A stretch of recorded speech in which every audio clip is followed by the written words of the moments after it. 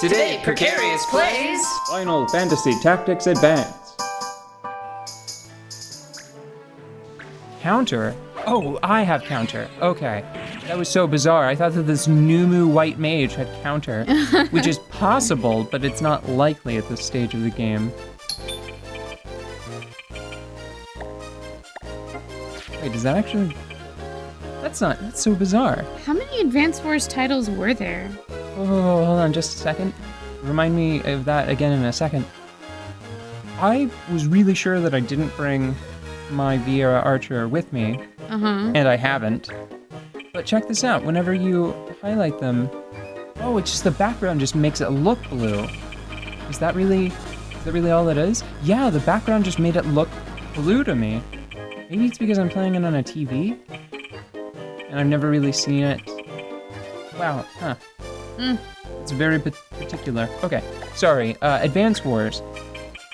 Well, there's Advance Wars. There's Advance Wars 2, Black Hole Rising. I think there may be a third Advance Wars game, which may have a subtitle. I do not remember if that is the case. So you said Advance Wars 2 Black Hole Rising, is that one? That is one title. One title. Yeah, that's one game. Okay. What was the first one called? Just Advance Wars. Advance. I don't know which one I played. Like, I'm telling you, it really didn't stick. Like, I played through, like, 3 maps and was like, okay. Like, it just slid right off. Well, I can't remember if there was a third Game Boy Advance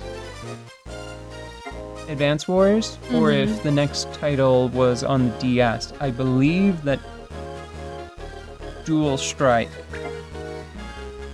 is the next one. And then I believe that there's another one for the DS, and then I think Days of Ruin is 5 or 6. Okay. So, and that's the one that you like? Days of Ruin? I like Black Hole Rising, and I like Days of Ruin. I tried to play Dual Strike, and I couldn't get into it. The only time I ever played it is with like the multiplayer where people could just like wirely transmit part of the multiplayer to you, and you could play it in like a limited fashion with one another. Oh, I think I did that a couple of times. Yeah, that was kind of fun. I tried playing it then, and I also tried borrowing someone's copy of the original Advance Wars to play that. And at that point, I had already probably played like 300 hours of Advance Wars 2. Oh, wow.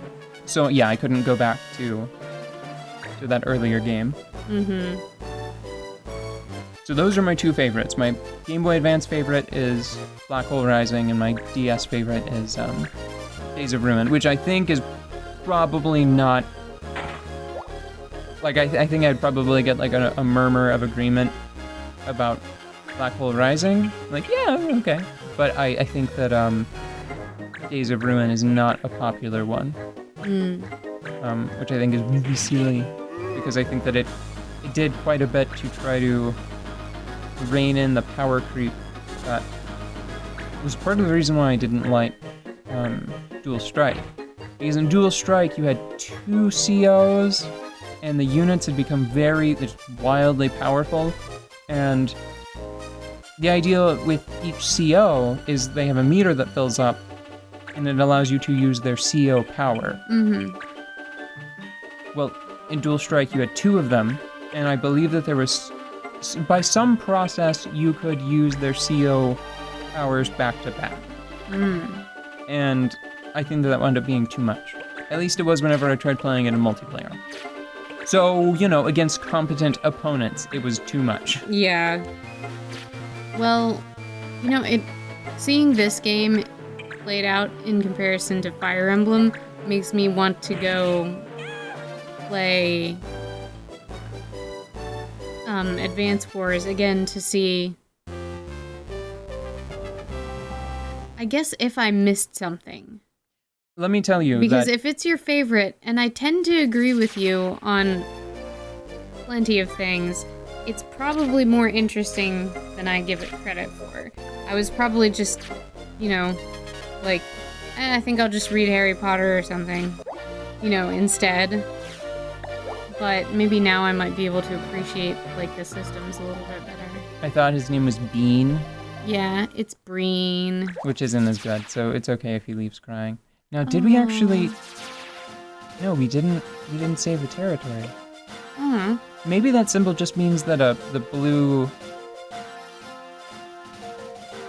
bow will show up on the map and wander around for a while. Maybe that's all that means.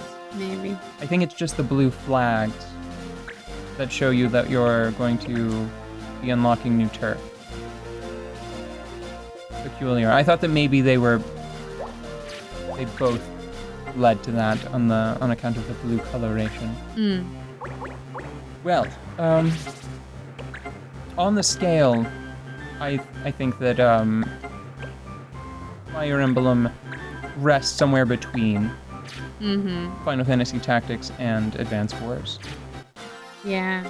Well, and the other thing is that I couldn't tell you mechanically why I like Fire Emblem. It's just something that I figured out, got familiar with, and I think that a large part of the reason that I got familiar with the mechanics and like them, like they are my friends now, is because the game was cute and pretty and had a female lead. For a bit. For enough to get me interested in all of the characters. Yes, I'm still sort of bitter that you can't adopt Lynn as your principal protagonist over the duration of the entire game. At the time, I was just glad to see her. Like, really. It doesn't even make much sense. It's like, why would you not provide the option to allow someone that's invested... I don't understand the inclusion of Hector mode.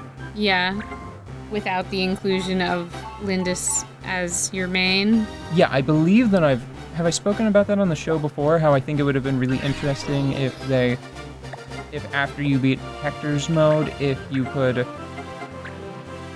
then play like an extra difficult mode where Lindis is the protagonist and maybe you don't get Hector and Eliwood. Maybe you only get one of them because they get separated, and her mode is all about like, what if the tactician had stayed with her and your tactical hand wasn't guiding Hector and Eliwood earlier. So maybe you have to go save one of them, but you have to pick between them.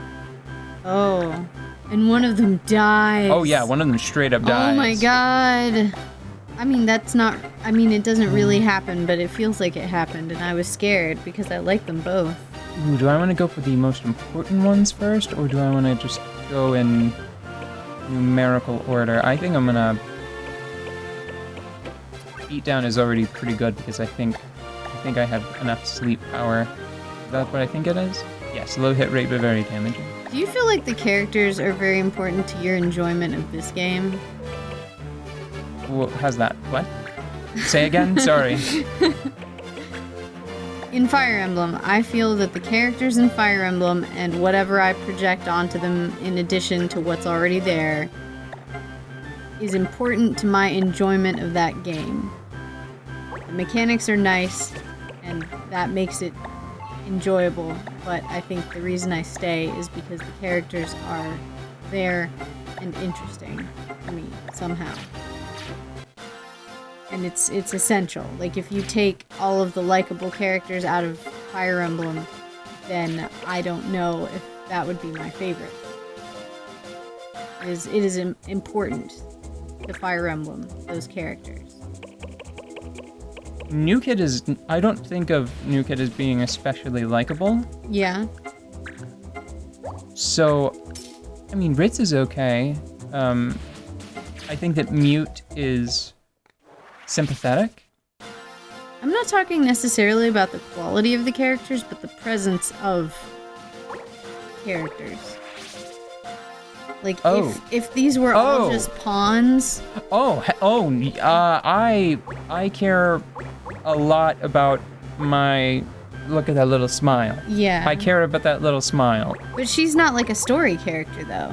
I care about that little green-hatted fellow with his little wings. I care about Isaac and his cool helmet.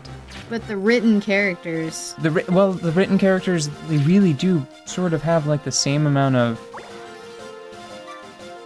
oomph behind them as the random ones for the most. Like,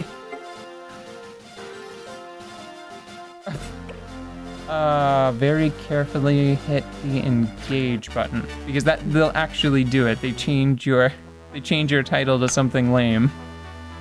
So just to answer your question, and then we'll kick the crap out of these guys later. I don't know exactly how to answer it because the characters in this game, they are the jobs that you assign to them. They are their skill sets. They are their superpowers. By the end of the game, Keith's ability to morph, if everything goes according to plan, is going to be as core to his identity as Spider-Man swinging through New York with webbing. But you build more of that than the game does. Exactly, yes. So I author these characters through their actions and through little stories that I invent for them. I mean, it sort of writes itself in some ways because he started out as a beastmaster and could control animals, and then once he gained a little bit of power, he just unlocked the potential hidden deep within him to turn into animals. This is interesting. We need to talk about this more tomorrow. Maybe. I think this is a can of worms. I don't know. I don't know if it is. I had to completely stop playing to formulate that sentence. But we'll be in the thick of things tomorrow. Gonna kick some butts. Think some thoughts. But mostly the kicking of the butts.